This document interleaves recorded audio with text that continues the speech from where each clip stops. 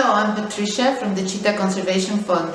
This is my third time in Somaliland and I'm very happy to be here. Since 2011, I've been working with several partners here and especially the Ministry of Environment and Rural Development to fight the trade in wildlife for the illegal pet trade. So we're trying to assist Somaliland with stopping this movement of wildlife out of the country, which is also a loss for the communities here in Somaliland. So now I have returned with the executive director of my organization, Dr. Laurie.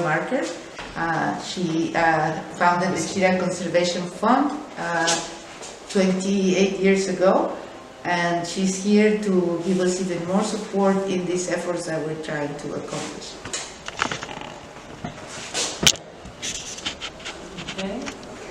Hi, I'm Dr. Laurie Marker from the Cheetah Conservation Fund, and it's nice to be here in Somaliland. We've been working with our colleagues from Somaliland for a number of years in trying to help work with people around wildlife and the Ministry of Environment, in particular to try to stop the illegal wildlife trafficking and the pet trade, which seems to be quite active in this area.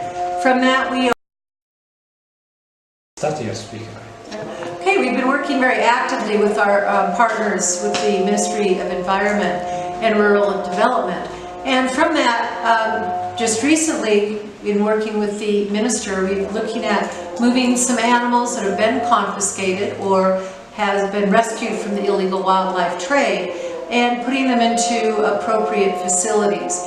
On the other side of it, we've also been working with some of her staff who have come down to Namibia, where I am from, Namibia in Southern Africa, in a workshop, at a conference actually, on the human dimensions of wildlife. Here today and this weekend, we're actually here helping celebrate World Wildlife Day, which is being celebrated around the world to highlight the importance of having healthy wildlife populations, which also helps to have a healthy environment. And with that, it will also assist our rural communities in eventually looking at biodiversity, which is very important to maintaining the health of ecosystems. So World Wildlife Day, again, is being celebrated worldwide. We're fortunate to work with the Minister of Environment and Rural Development on celebrating the day and working with her staff on spreading the word that wildlife is very important.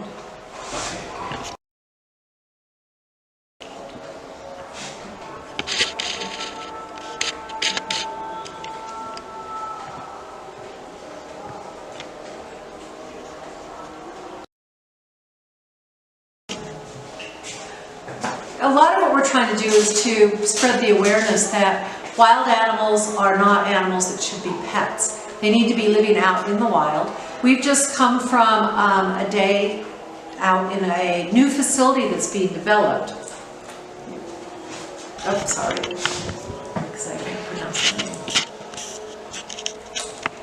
Yes, that's true. We spent the whole morning today at Davis, which is a little bit northeast of Hargeisa, where a piece of land has been assigned by the government so that we can develop a rescue center for animals rescued from the illegal wildlife trade.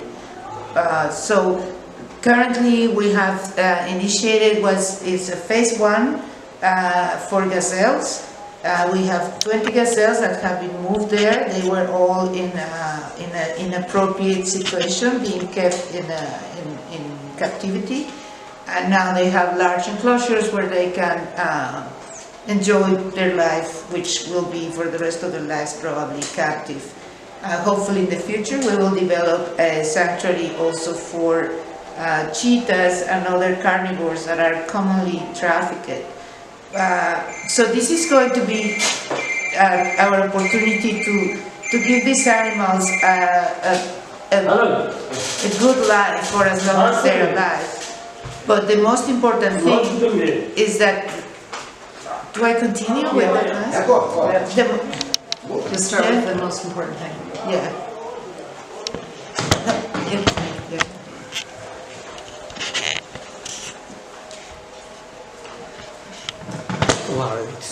Can I start? Okay, okay.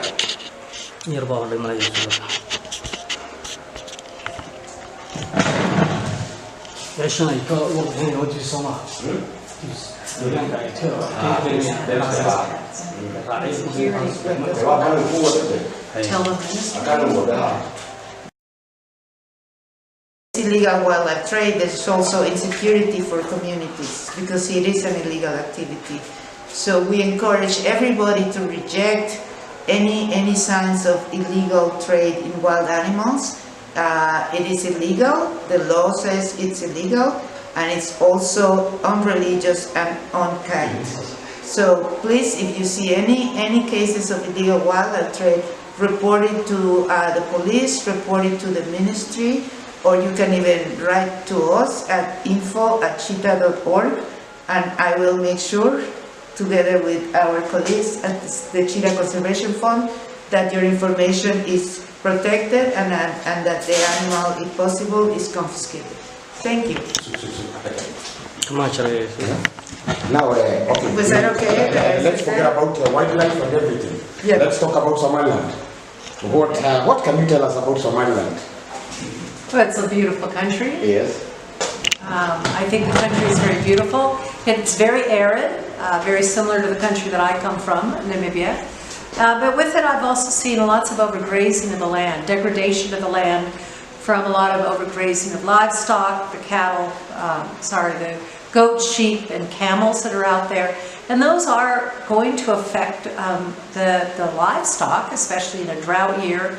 And droughts will continue to occur, especially as climate change is continuing. And so this degradation will affect the livelihoods of the people who are out in the rural areas that are really being supported by their livestock on the land. So these are things that are concerning to me. Being here in Somaliland is great after learning a lot about it, having many of the Somaliland partners again come down to Namibia and learn about the work that we're doing for the environment, for our communities, and for wildlife. So we are trying to develop this relationship together between Namibia and Somaliland together for the future. Okay? Do you want me to also say about it? You want to say, yeah? And you know something more about it.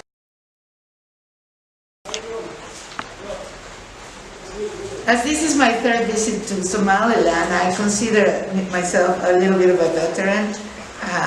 I am Mexican by birth, and I see a lot of similarities in between our countries. It encourages me to see that Mexico, being a very old country compared to Somaliland, that we might be following the same steps. I think it's important that people are strong and resilient, but it's also important that they understand that this is their country and that it has to be conserved for the future. Not only from the environment side of things, but the education, the costumes, the culture.